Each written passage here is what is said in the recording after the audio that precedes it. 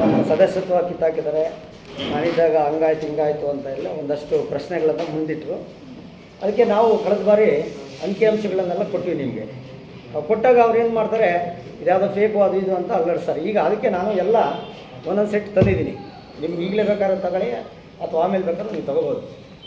ಈಗ ಅವರು ನಾನೇನೋ ಸಾಧನೆ ಮಾಡಿದ್ದೀನಿ ಈ ಕ್ಷೇತ್ರದಲ್ಲಿ ಅಂತಕ್ಕಂಥ ಮಾತು ಯಾವಾಗ ಹೇಳ್ತಿರ್ತಾರೆ. ನಿಮ್ಗೊಂದು ಸಣ್ಣ ಉದಾಹರಣೆ ಅಂದರೆ ಒಂದು 3-4 ನಿಮಿಷದಲ್ಲಿ ಮುಗಿಸ್ಬಿಡ್ತೀನಿ ಎಲ್ಲ. ಈಗ ರೈತರು ಮತ್ತು ಗ್ರಾಹಕರ ನಡುವೆ ಅಂತರ ಕಮ್ಮಿ ಮಾಡಬೇಕು ಅಂತೇಳಿ APMC ಆಗಲಿ, ಮಾರುಕಟ್ಟೆಗಳಾಗಲಿ, ಈ ಒಕ್ಕೂಟಗಳಾಗಲಿ ಇರ್ತಕ್ಕಂಥ ವ್ಯವಸ್ಥೆ. ಇಲ್ಲಿ ನಾವು ರೈತರಿಂದ ತಗೊಂಡಂಥ ವಸ್ತುಗಳನ್ನು ಅಂದರೆ ಹಾಲಿರ್ಬೋದು, ತರಕಾರಿ ಇರ್ಬೋದು, ಏನೇ ಇರ್ಬೋದು, ಅದು ಗ್ರಾಹಕರಿಗೆ ಸೇರ್ಬೇಕಾದ್ರೆ ಆ ಮಧ್ಯವರ್ತಿಗಳ ಗ್ಯಾಪು ಅಂದರೆ ಅಂತರ ಕಮ್ಮಿ ಆಗಬೇಕು. ಉದಾಹರಣೆಗೆ ಟೊಮೊಟೊ 20 ರೂಪಾಯಿಗೆ ಬೆಳೆದ್ರೆ 25 ರೂಪಾಯಿ ಗ್ರಾಹಕನಿಗೆ ಸೇರಿದರೆ ಇನ್ನು 5 ರೂಪಾಯಿ ಗ್ಯಾಪ್ ಇರುತ್ತೆ. 10 ರೂಪಾಯಿ ಟೊಮೊಟೊ ರೈತನಿಗೆ ಸಿಕ್ಕಿ 25 ರೂಪಾಯಿ ಗ್ರಾಹಕನಿಗೆ ಸೇರಿದರೆ ಮಧ್ಯವರ್ತಿಗಳು ಅದು ತಿಂದಾಗ್ತಾರೆ. ಅದೇ ರೀತಿ ಏನಾಗಿದೆ, ಇವರು 2013-14ರಲ್ಲಿ ತುಮಕೂರು ಹಾಲು ಒಕ್ಕೂಟದಲ್ಲಿ 19 ರೂಪಾಯಿ 48 ಪೈಸಾ ರೈತರು ಕೊಡ್ತಾಯಿದ್ರು. ಅದಾದಮೇಲೆ ಅಕ್ಟೋಬರಲ್ಲಿ 21 ರೂಪಾಯಿ 20 ಪೈಸಾ ರೈತರಿಗೆ ಹಾಲಿನ ದರ ಕೊಡ್ತಾಯಿದ್ರು. ಅದರದ್ದು ಇಲ್ಲಿ ಪ್ರತಿಯೊಂದು ವರ್ಷದ್ದು ಇಲ್ಲಿ ಮಾಹಿತಿ ಇದೆ. ಇದರ ಅಂತರ ಬಂದು 2 ರೂಪಾಯಿ 80 ಪೈಸಾ ಇತ್ತು.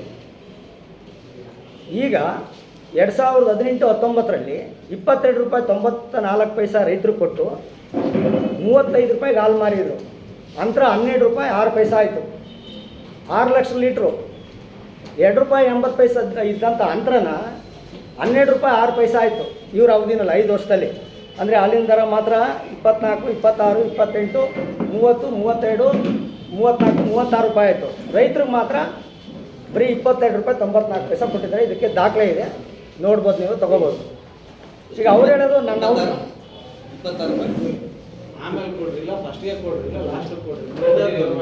22 ರೂಪಾಯಿ 94 ಪೈಸಾ ರೈತರಿಗೆ ಕೊಟ್ಟು ಅವರೇಜ್ ಆವಾಗ ಆ ಅವಧಿನಲ್ಲಿ 35 ರೂಪಾಯಿಗೆ ಹಾಲು ಮಾರಿ 12 ರೂಪಾಯಿ 6 ಪೈಸಾ ಅಂತರ. ನಿಮ್ಗೆ ಅರ್ಥ ಆಯ್ತಾ? 2 ರೂಪಾಯಿ 80 ಪೈಸಾ ರೈತ ಮತ್ತು ಗ್ರಾಹಕರ ನಡುವೆ ಇದ್ದಂಥ ಅಂತರ 12 ರೂಪಾಯಿ 6 ಪೈಸಾ ಆಯಿತು. ಈ ಒಂದು ಅಂಕಿ ಸಂಖ್ಯೆಗಳು ಆಯ್ತಲ್ಲ, 1 ಲಕ್ಷ ಹಾಲು ಉತ್ಪಾದಕರು ಏನು ಹಾಲು ಹಾಕ್ತಾರೆ ಅದರಲ್ಲಿ ಒಂದು 5% ಮಾತ್ರ ಇದ್ರ ಬಗ್ಗೆ ಗಮನ ಕೊಡ್ತಾರೆ. ಮಿಕ್ಕಿದವರು ಹಾಲು ಹಾಕೋದು ದುಡ್ಡು ತಗೊಂಡು ಮನೆಗೆ ಹೋದ್ಬಿಟ್ರೆ ಅವ್ರು ಇದ್ರ ಬಗ್ಗೆ ಗಮನ ಕೊಡಲ್ಲ. ಅವರು ನನ್ನ ಅವಧಿನಲ್ಲಿ ಹಂಗೆ ಮಾಡಿದೆ, ಹಿಂಗೆ ಮಾಡಿದೆ, ಅದು ಮಾಡಿದೆ ಅಂದ್ರಲ್ಲ. 6 ಲಕ್ಷ ಲೀಟ್ರು ಸರಾಸರಿ ಅವರೇಜ್ ಹಾಲು ಬರ್ತಾಯಿತ್ತು 5.5ರಿಂದ 6. 2 ರೂಪಾಯಿ 80 ಪೈಸೆ ಬೇಡ, 3 ಬೇಡ, 3.5, 4 ರೂಪಾಯಿ ಆಗಲಿ. 4 ರೂಪಾಯಿ ಹೋದರೆ 12 ರೂಪಾಯಿಗೆ 8 ರೂಪಾಯಿ ಗ್ಯಾಪ್ ಇತ್ತಲ್ಲ. ಒಂದು ದಿನಕ್ಕೆ 6 ರೂಪಾಯಿ ಅಂತ 6 ಲಕ್ಷ ಲೀಟ್ರಿಗೆ 8 ರೂಪಾಯಿ ಅಂತ ಲೆಕ್ಕ ಹಾಕಿ ಒಂದು ತಿಂಗಳಿಗೆ ಎಷ್ಟಾಯಿತು, ವರ್ಷಕ್ಕೆ ಎಷ್ಟಾಯಿತು, ಈ ಹಣ ಏನಾಯಿತು? ಅದು ಮಾಡಿದೆ ಇದು ಮಾಡಿದೆ ಅಂತಾರಲ್ಲ, ಇದು ಸಾಕಲ್ಲ. ರೈತರ ಹಿತ ಕಾಪಾಡೋದಕ್ಕೆ ನಾನು ಹೇಳಿದಲ್ಲ ಮೊದಲೇ APMCಗಳು ಮತ್ತು ಒಕ್ಕೂಟಗಳಿರೋದು ಅಂತರ ಕಮ್ಮಿ ಮಾಡಬೇಕು. ಇದು ಅಂತರ ಇದಿದೆ. ಇದಕ್ಕೆ ಸಮಗ್ರವಾದಂಥ ಎಲ್ಲ ಮಾಹಿತಿ ನಿಮಗೆ ಒಂದು 5 ಸೆಟ್ ಮಾಡಿಸಿದ್ರೆ ನಿಮ್ಗೆ ಕೊಡ್ತೀನಿ. ಇಲ್ಲಿದೆ. ಎರಡನೇದು, ಒಂದು ನೇಮಕಾತಿ ಮಾಡ್ತಾರೆ ಮೊನ್ನೆ. ಕ್ಲಿಯರ್ ಮಾಡಿದ್ದಾರೆ, ಒಟ್ಟು ಎಷ್ಟಾಯಿತು, ಎಷ್ಟು ಮೋಸ ಆಯ್ತು ಅಲ್ಲ. ಇವಾಗ 6 ಲಕ್ಷ ಲೀಟ್ರು ಇಂಟು ಮೊದಲನೇ ವರ್ಷ 26 ಆಯಿತು, 28 ಆಯಿತು, 29 ಆಯಿತು. ಗ್ರಾಜುಯಲ್ ಆಗಿ ವರ್ಷಕ್ಕೆ ಲೆಕ್ಕ ಹಾಕಿದರೆ ಸುಮಾರು ಒಂದು 60-70 ಕೋಟಿ ರೈತರಿಗೆ ಆ ಅವಧಿನಲ್ಲಿ ರೈತರಿಗೆ ನಷ್ಟ ಆಗಿದೆ. ರೈತರಿಗೆ ಮೋಸ ಆಗಿದೆ, ಒಕ್ಕೂಟಕ್ಕೆ ಮೋಸ ಆಗಿದೆ. ರೈತರಿಗೆ ಮೋಸ ಆಗಿದೆ. ಸೊ ಆ ದುಡ್ಡು ಒಕ್ಕೂಟಕ್ಕೆ ಬಂದಿರುತ್ತಲ್ಲ. ಅದೇ ನಾನು ಹೇಳ್ತಾ ಇದ್ದಲ್ಲ, ಒಕ್ಕೂಟಕ್ಕೆ ಮೊದಲೆಲ್ಲ ಇತ್ತಲ್ಲ ಅಂತರ, ರೈತ ಮತ್ತು ಗ್ರಾಹಕರ ನಡುವೆ ಅಂತರ 2 ರೂಪಾಯಿ 80 ಪೈಸಾ ಇತ್ತು. ಸುಮಾರು ವರ್ಷಗಳಲ್ಲಿ ಅದು 4 ರೂಪಾಯಿ ಆಗಿದೆ, ಕೆಲವು ಸರಿ 3 ರೂಪಾಯಿ ಆಗಿದೆ, 2 ರೂಪಾಯಿ ಆಗಿದೆ. ಏನು ಇವರು ಡೈರೆಕ್ಟರಾಗಿ ಅಧ್ಯಕ್ಷರಾದ್ರಲ್ಲ, ಆ ಎಂಡಿಂಗ್ ಅವಧಿನಲ್ಲಿ, ಆ ಅಂತ್ಯದ ಅವಧಿನಲ್ಲಿ ಅಕ್ಟೋಬರಲ್ಲಿ 2018-13 ಅಕ್ಟೋಬರಲ್ಲಿ ಅಷ್ಟು ಗ್ಯಾಪ್ ಇತ್ತು. ಈಗ ಆ ಗ್ಯಾಪು ಇವ್ರು ಇಳಿಬೇಕಾದ್ರೆ 18ಕ್ಕೆ 12 ರೂಪಾಯಿ 6 ಪೈಸಾ ಆಯಿತು. ಅರ್ಥ ಆಯ್ತಾ? ಗ್ಯಾಪ್ ಆಯಿತು. ಯಾರು ಪ್ರಶ್ನೆ ಮಾಡಲಿಲ್ವಾ ಸರ್? ಇಲ್ಲ, ನಾನು ಹೇಳಿದ್ನಲ್ಲ ಮೊದಲೇ, ನೀವು 5% ಮಾತ್ರ ಗೊತ್ತಾಗ ರೇಟ್ ಫಿಕ್ಸ್ ಮಾಡಿರೋದು ಅಲ್ಲ, ರಾಜ್ಯದಲ್ಲೆಲ್ಲ ಆಯಾ ಹಾಲು ಒಕ್ಕೂಟಗಳು ರೈತರಿಗೆ ದರ ಫಿಕ್ಸ್ ಮಾಡೋದು ಒಕ್ಕೂಟ ಮಾತ್ರ, ಮಾರಾಟದ ದರ ಫಿಕ್ಸ್ ಮಾಡೋದು KMF ಮತ್ತು ಸರ್ಕಾರ. ಆಯಿತಾ? ನೆಕ್ಸ್ಟು, ಈಗ ಇಲ್ಲಿ ನೇಮಕಾತಿ ಮಾಡ್ತಾರೆ. ಒಬ್ಬರಿಗೆ ನೇಮಕಾತಿ ಮಾಡಿಬಿಟ್ಟು ಆ ನೇಮಕಾತಿನಲ್ಲಿ ನಾನು ಏನೂ ಮಾಡಿಲ್ಲ ಅಂತ ಅವರು ಉದಾಹರಣೆ ಕೊಡ್ತಾರಲ್ಲ, ಆ ಉದಾಹರಣೆಗೆ ಒಬ್ಬ ಮಧುಸೂದನ್ ಅಂತ NK, ಇನ್ನೊಬ್ಬರು ವೇಣುಗೋಪಾಲ್ ಅಂತ, ಇನ್ನು 3 ಜನ ಇರ್ತಾರೆ, ಚೇತನ್ನು ಮತ್ತು ರವಿಚಂದ್ರ ಅಂತ. ಈ ಹಾಲು ಒಕ್ಕೂಟಗಳ ನೇಮಕಾತಿನಲ್ಲಿ ಏನಾಗುತ್ತೆ, ಎಕ್ಸಾಮ್ ಆದಮೇಲೆ ಅವನಿಗೆ ಏನು ಅಂಕ ಪಡೆದಿರ್ತಾರೆ ಅದಕ್ಕೆ 15 ಅಂಕ ಕೊಡ್ತಕ್ಕಂಥ ವ್ಯವಸ್ಥೆ ಇದೆ ಎಲ್ಲ ಕಡೆ. 15 ಕೊಡ್ಬೋದು, 14 ಕೊಡ್ತಾರೆ ಮ್ಯಾಕ್ಸಿಮಮ್, ಮಿನಿಮಮ್ 3 ಕೊಡ್ತಾರೆ. ಇವ್ರೇನು ಮಾಡಿದರು, ಒಬ್ಬರ ಹತ್ರ ಏನು ಮಾಡ್ಕೊಂಡ್ರು ಏನೋ ಗೊತ್ತಿಲ್ಲ, ಇದು ಹೈಕೋರ್ಟಲ್ಲಿದೆ. ಏನಾಗಿದೆ ಅಂತಂದರೆ 102 ಬಂದಿದೆ ಇವ್ರಿಗೆ, ಯಾರಿಗೆ, ವೇಣುಗೋಪಾಲನಿಗೆ. 102ಕ್ಕೆ 14 ಸೇರಿಸಿ, ಬೇಡ 4, 3 ಸೇರಿಸಿ ಎಷ್ಟಾಯಿತು, 105 ಆಯಿತು. ಇವರು ಯಾರು ಕೊಟ್ಟಿದ್ದಾರೆ, ಮಧುಸೂದನ್ ಅಂತ 77 ಅಂಕ ಪಡೆದಿರ್ತಕ್ಕಂಥ ಒಬ್ಬ ವ್ಯಕ್ತಿಗೆ ಕೆಲಸ ಕೊಟ್ಟಿದ್ದಾರೆ. ಅವ್ರದ್ದು ಸೈನ್ ಇದೆ, ಅಧ್ಯಕ್ಷರು, MD, 5 ಜನ EPC ಮೆಂಬರ್ಸ್ ಎಲ್ಲ ಸೈನ್ ಹಾಕಿದ್ದಾರೆ, ಪೂರ್ಣ ದಾಖಲೆ ಇದೆ. 77 ಬಂದಿರೋರಿಗೆ ಅವ್ರು 14ಕ್ಕೆ ಕೊಡಲಿ, ಎಷ್ಟಾಯಿತು, 91 ಆಯಿತು.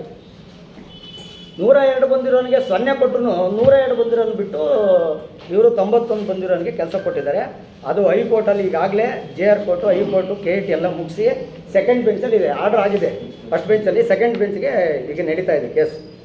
ಯಾಕೆ ಈ ಮಾತು ಹೇಳಿದ್ದೀನಿ ಅಂದರೆ, ನನಗೊಂದು ಕಪ್ಪು ಚುಕ್ಕೆ ಇಲ್ಲ ಅಂದ್ರಲ್ಲ ನೋಡಿ, ಟ್ಯಾಲೆಂಟ್ ಇರ್ತಕ್ಕಂಥ ಹುಡುಗರನ್ನ ಬಿಟ್ಟು ಇಂಥವ್ರಿಗೆ ಕೊಟ್ಟಿರೋದೇ ಇದು ನೇಮಕಾತಿ ಹಗರಣ. ನೇಮಕಾತಿ ಹಗರಣ ನೋಡ್ಕೊಳ್ಳಿ. ಆಮೇಲೆ ಷೇರು 1000 ರೂಪಾಯಿ ಇದ್ದಿದ್ದು ಯಾವಾಗ ಮಾಡಿದ್ದು ಅಂದರೆ ಇವ್ರ ಅವಧಿನಲ್ಲಿ ನೋಡಿ. ಜನರಲ್ ಬಾಡಿ ಬುಕ್ಕು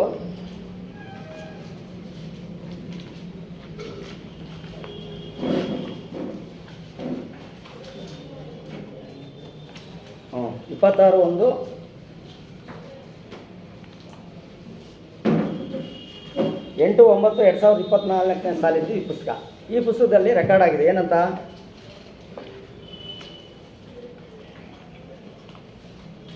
ಜಿಲ್ಲೆಯಲ್ಲಿ ಆ ಪ್ರಾಥಮಿಕ ಹಾಲು ಉತ್ಪಾದಕ ಸಹಕಾರ ಸಂಘಗಳು ಷೇರು 2500 ರೂಪಾಯಿ, 1500 ಇದ್ದಿದ್ದನ್ನು 2500 ರೂಪಾಯಿ ಮಾಡಿದರು. ಇದನ್ನು ಆಡಳಿತ ಮಂಡಳಿನಲ್ಲಿ ಇಟ್ಟು 2022-23 ಸಾಲಲ್ಲಿ 1,500 ರೂಪಾಯಿ ಜಾಸ್ತಿ ಮಾಡಿ ಈಗ ಹೆಚ್ಚುವರಿ ಷೇರನ್ನು ತಗೊತಾರೆ.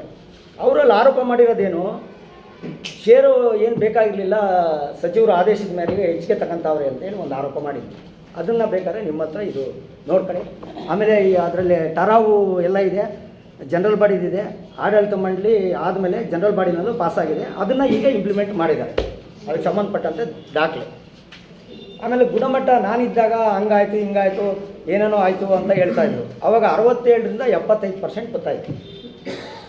ಈಗ 93ರಿಂದ 97% ಬಂದೈತೆ. ಅದಕ್ಕೆ ಇದರಲ್ಲಿ ಮಾಹಿತಿ ಇದೆ, ನೀವು ನೋಡ್ಕೋಬೋದು. ಆಮೇಲೆ ಬಟವಾಡಿ 93-94ರಲ್ಲಿ ಅವ್ರು ಹೇಳ್ತಾರಲ್ಲ, ನಾನು ಬರೋಕ್ಕೆ ಮುಂಚೆ 16 ಬಟವಾಡಿ ಇದ್ವು, 12 ಬಟವಾಡಿ ಇದ್ವು ಅಂತ ಹೇಳ್ತಾರೆ. 12 ಬಟವಾಡಿ 16 ಬಟವಾಡಿ ಯಾವಾಗಿತ್ತು ಅಂದರೆ 1992-93ರಲ್ಲಿ ಹಾಲು ಜಾಸ್ತಿಯಾಗಿ ತುಮಕೂರು ಒಕ್ಕೂಟ ಮಾರುಕಟ್ಟೆ ಕಮ್ಮಿಯಾಗಿ ಅವಾಗ 5, 6, 7, 8 ಬಟವಾಡಿ 9, 12, 13, 14 ತಕ ಹೋಯ್ತು. ರೈತರೆಲ್ಲ ಗಲಾಟೆ ಮಾಡಿ ಅವಾಗ ಆಡಳಿತಾಧಿಕಾರಿಯಿಂದ ನೇಮಕ ಮಾಡಿದರು. ಇದನ್ನು ಒಂದು 100 ಸರಿ ಸಭೆಗಳಲ್ಲಿ ಹೇಳ್ತಾರೆ ಇವರು. ನಾನು ಬಂದಾಗ, ನಾನು ಅಧಿಕಾರ ತಗೊಂಡಾಗ 16 ಬಟವಾಡಿ ಬಾಕಿ ಇತ್ತು, ನಾನು ಬಂದೆಲ್ಲ ತೀರಿಸ್ಬಿಟ್ಟೆ ಅಂತ. ಅದು ಸರಿಯಾಗಿ ಅವ್ರು ನೋಡೋರೋ ಇಲ್ವೋ ಗೊತ್ತಿಲ್ಲ. ಅದಕ್ಕೆ ಅಂಥ ಆರೋಪಗಳು ಮಾಡಬೇಕಾದ್ರೆ ನೀವು, ನಾನೇನು ಮಾಡಿದ್ದೀನಿ ಅಂದರೆ ಇದಕ್ಕೆ 95ನೇ ಇಸ್ವಿಯಿಂದ KMF ಎಲ್ಲ ಮಾಹಿತಿಯನ್ನು ತರಿಸ್ಕೊಂಡಿದ್ದೀನಿ. 2001 ಬಟವಾಡಿ ಯಾವ್ಯಾವುದು ಪೆಂಡಿಂಗ್ ಐತೆ ಅಂತೆಲ್ಲ ಅಲ್ಲಿ ಮಾಹಿತಿ ತೊಗೊಂಡಿದ್ದೀನಿ. ಹಾಗಾಗಿ ಅದು ಸುಳ್ಳು ಆರೋಪ. ಬಟವಾಡಿ 16 ಬಟವಾಡಿ ಇದ್ದು ನಾನು ಬಂದು ಕ್ಲಿಯರ್ ಮಾಡಿದೆ, 16 ಬಟವಾಡಿ ಇದ್ದು ನಾನು ಬಂದು ಕ್ಲಿಯರ್ ಮಾಡಿದೆ ಅಂತ. ಆಮೇಲೆ ಈಗ ಅಕ್ರಮವಾಗಿ ಅದೇನು ಹಾಲು ಕಳ್ಳ ಅದು ಇದು ಅಂತಂದ್ರಲ್ಲ, ನಮ್ಮಲ್ಲಿ ಯಾರೂ ವೇದಿಕೆಯಲ್ಲಿ ಕೂತಿರೋರು ಅದ್ರ ಬಗ್ಗೆ ಚಕರ ಐತಿಲ್ಲ. ಎಲ್ಲ ಅಂಕಿಅಂಶಗಳನ್ನು ಕೊಟ್ಟಿದ್ದಾರೆ.